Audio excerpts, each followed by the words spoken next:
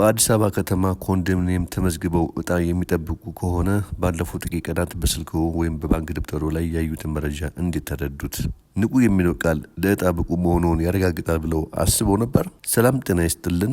እንኳን ወደዚህ ልዩ ዝግጅታችን በሰላም መጣችሁ። በዛሬው ፕሮግራማችን በሺዎች የሚቆጠሩ የከተማችንን ነዋሪዎች እያነጋገረና ብዥታ ሲፈጥር የሰነበተውን የኮንዶሚኒየም ምዝገባ ማረጋገጫ ጉዳይ በጥልቀት እንዳስሳለን። እንደሚታወቀው ባለፈው ባቀረብነው ቪዲዮ ስለ ንቁና ብቁ የሚለው የኮንዶሚኒየም ምዝገባ ማረጋገጫ ጠይቁልን ብላችሁ አስተያየት ሰጣችሁን ነበር። እኛም በቃላችን ተገኝተን ሰሞኑን በአዲስ አበባ ቤቶች ልማት ኮርፖሬሽን ተገኝተን መረጃዎችን ከኃላፊዎች አግኝተናል። በህዝቡ ዘንድ ይፈጠር የነበረውን አላስፈላጊ መደናገር ለማስወገድ ሲባል ወደ አዲስ አበባ ቤቶች ልማት ኮርፖሬሽን ሄደን ያገኘነው መረጃ እንደሚያሳየው በሲስተሙ ላይ የሚታየው ንቁ የሚል ቃልና ብቁ መሆን ሙሉ በሙሉ የተለያዩ ነገሮች መሆናቸውን አረጋግጠናል። በዛሬው ቪዲዮአችን ይህ ውሳኔ ምን ማለት እንደሆነ፣ ለእርስዎ ቁጠባና እጣ ምን ትርጉም እንዳለው፣ እንዲሁም ወደፊት ምን ማድረግ እንዳለበት በዝርዝር እናያለን። መረጃዎችን ወደ እናንተ እናደርሳለን። አብራችሁን ቆዩ። ለቻናሉ አዲስ ከሆናችሁ ሰብስክራይብ በማድረግ ቤተሰብ ይሁኑ። መረጃውም ለብዙዎች እንዲደርስ ሼር ማድረጋችሁን አትርሱ።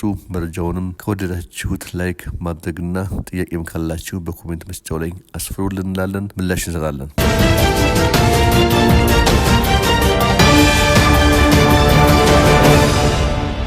እንግዲህ ባለፉት ሳምንታት በከተማችን አዲስ አበባ በርካታ የኮንዶሚኒየም ተመዝጋቢዎች መረጃቸውን በድረገጾች ማጣራት ጀምረው ነበር። በሺዎች የሚቆጠሩ ነዋሪዎች በስክሪናቸው ላይ ንቁ የሚል ቃል ሲያዩ፣ ሌሎች ደግሞ የኔ ብቁ ነው የሚለው በማለት አስተያየት ሲሰጡ ተስተውሏል። ይህ ደግሞ በነዋሪው ዘንድ አላስፈላጊ ጭንቀት፣ ወደ ባንኮችና ክፍለ ከተሞች የሚደረግ መጓተት እንዲሁም ያልተገባ የገንዘብና የጊዜ መባከን ሲፈጥር ቆይቷል። እንግዲህ ዋናውና ሁላችንም ልንገነዘበው የሚገባው ነጥብ እዚህ ላይ ነው። በቤቶች ልማት ኮርፖሬሽን ሲስተም ውስጥ ንቁ ማለት ምን ማለት ነው? ብቁ ከሚለው ቃልስ በምን ይለያል? አሁን አንድ በአንድ እንፈትሻቸዋለን። በኮርፖሬሽኑ የመረጃና ቴክኖሎጂ ክፍል ማብራሪያ መሰረት ንቁ ወይም በእንግሊዝኛ ቋንቋ አክቲቭ የሚለው ቃል የሚያመለክተው ሁለት መሰረታዊ የቴክኒክ ነገሮችን ብቻ ነው። አንደኛው የተመዝጋቢው ግላዊ መረጃ በዳታቤዝ ውስጥ ወይም በሲስተም ውስጥ በትክክል ተመዝግቦ የሚገኝ መሆኑን፣ ሁለተኛ የመቆጠብ ሂደቱ በመደበኛ ሁኔታ መቀጠሉን ብቻ ነው። በአጭሩ ንቁ ማለት መረጃው አልጠፋም፣ አካውንቶ ይሰራል ማለት እንጂ ቤት ደርሶታል ወይም ለእጣ አልፈዋል ማለት አይደለም። በሌላ በኩል ደግሞ ብቁ ወይም ኤሊጂብል የሚለው ቃል ሙሉ በሙሉ የተለየ ህጋዊና መመሪያዊ ትርጉም አለው።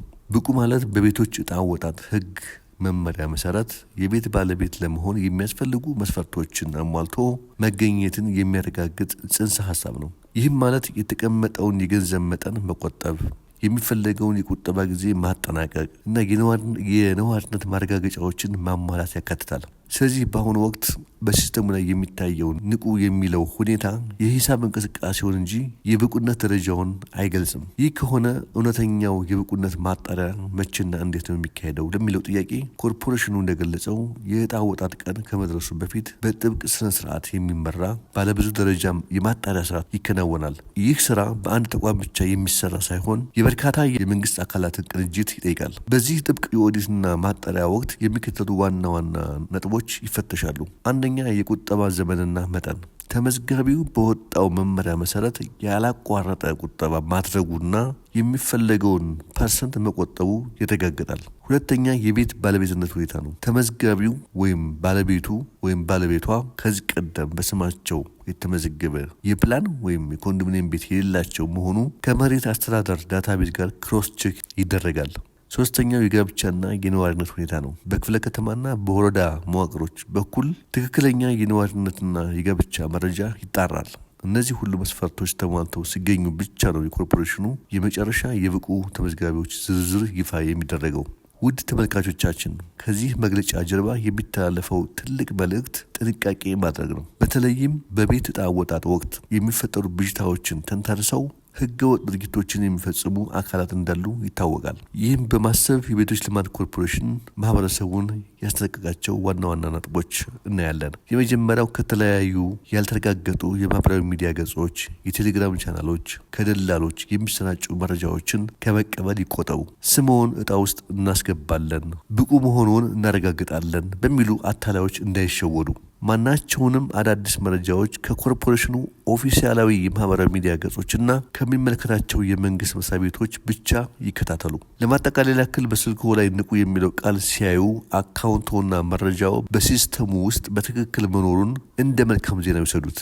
ነገር ግን እጣ ውስጥ ገብቻለሁ ብለው ከመቸኮል ይልቅ የመጨረሻው የኦዲትና ማጣሪያ ስራ ተጠናቆ ይፋዊ የብቁዎች ዝርዝሩ እስኪወጣ ድረስ በትዕግስት መጠበቅ ይኖርባቸዋል። የሀገሪቱን የቤት ፍላጎት የሚያሟላ አዲስ የቤት ልማት ፖሊሲ መዘጋጀቱ ተገለጸ።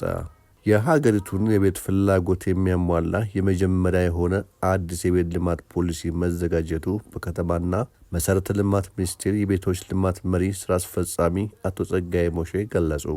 ስለ ኢትዮጵያ የፓናል ውይይትና የፎቶግራፍ አውደ ርዕይ በከሚሴ ከተማ ተካሂዷል። በመድረኩ ላይ የመወያያ ጽሑፍ ያቀረቡት የቤቶች ልማት መሪ ስራ አስፈጻሚ አቶ ጸጋዬ ሞሼ የመጀመሪያ የሆነውን ፖሊሲ የቤት አቅርቦት ችግርን ከመሰረቱ ለመፍታት ዋና ዓላማው ነው ብለዋል። ፖሊሲው 8 ዋና ዋና አቅጣጫዎችን የያዘ መሆኑን ጠቅሰው ከተማን ወደ ጎን ከማስፋት ይልቅ በከተማ መሀል ያሉ ከአገልግሎት በታች የሆኑ መሬቶችን ወደ አገልግሎት በማስገባት ኮምፓክት ሲቲ መገንባት ነው ሲሉ ተሰምተዋል። ለቤት ልማት ሂደት ራሱን የቻለ የቤት ፋይናንስ ስርዓት መዘርጋትም ያካትታል ብለዋል። በግንባታ ሂደት ላይ የሚያስፈልጉ ቴክኖሎጂዎችና ሀገራዊ አካባቢያዊ የግንባታ ግብዓቶችን በስፋት ጥቅም ላይ ማዋል የሚያስችል አቅጣጫም አስቀምጠዋል። የተገነቡ ቤቶች ለህብረተሰቡ በተመጣጣኝ ዋጋ ተደራሽ መሆናቸውን ማረጋገጥ እንደሚገባም በፖሊሲው ተገልጸዋል። ፖሊሲውን ተግባር ላይ ለማዋል የግል ዘርፉን ወደ ቤት ልማት እንዲመጣ ማድረግና እንደ ሀገር ያለውን አቅም ሁሉ መጠቀም እንደሚያስፈልግ ገልጸዋል።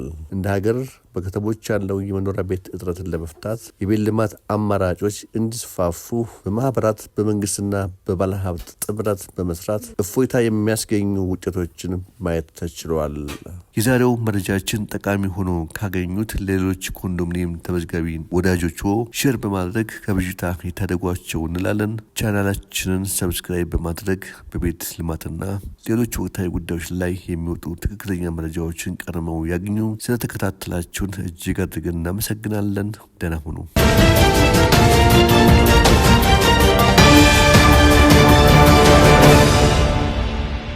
በሚሊዮኖች ተመዝግበው እየቆጠቡ ቤት ሲጠባበቁ የነበሩ የከተማችን ነዋሪዎች አሉ።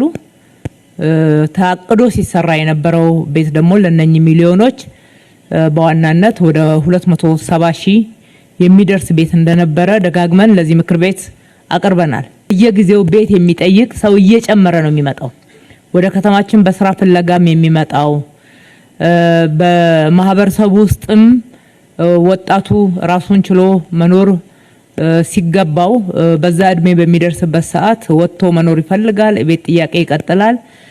ቀድሞም ባይመዘገቡም እንኳን የቤት ጥያቄ ደግሞ ማህበረሰቡ ውስጥ ያላቸው ጥያቄ ያላቸው ሰፊ ናቸው። የመንግስት ሰራተኛው ቁጥር በየጊዜው እየጨመረ ነው ያለው። የመንግስት ሰራተኛውንም ጨምሮ የቤት ፍላጎት አለ ማለት ነው።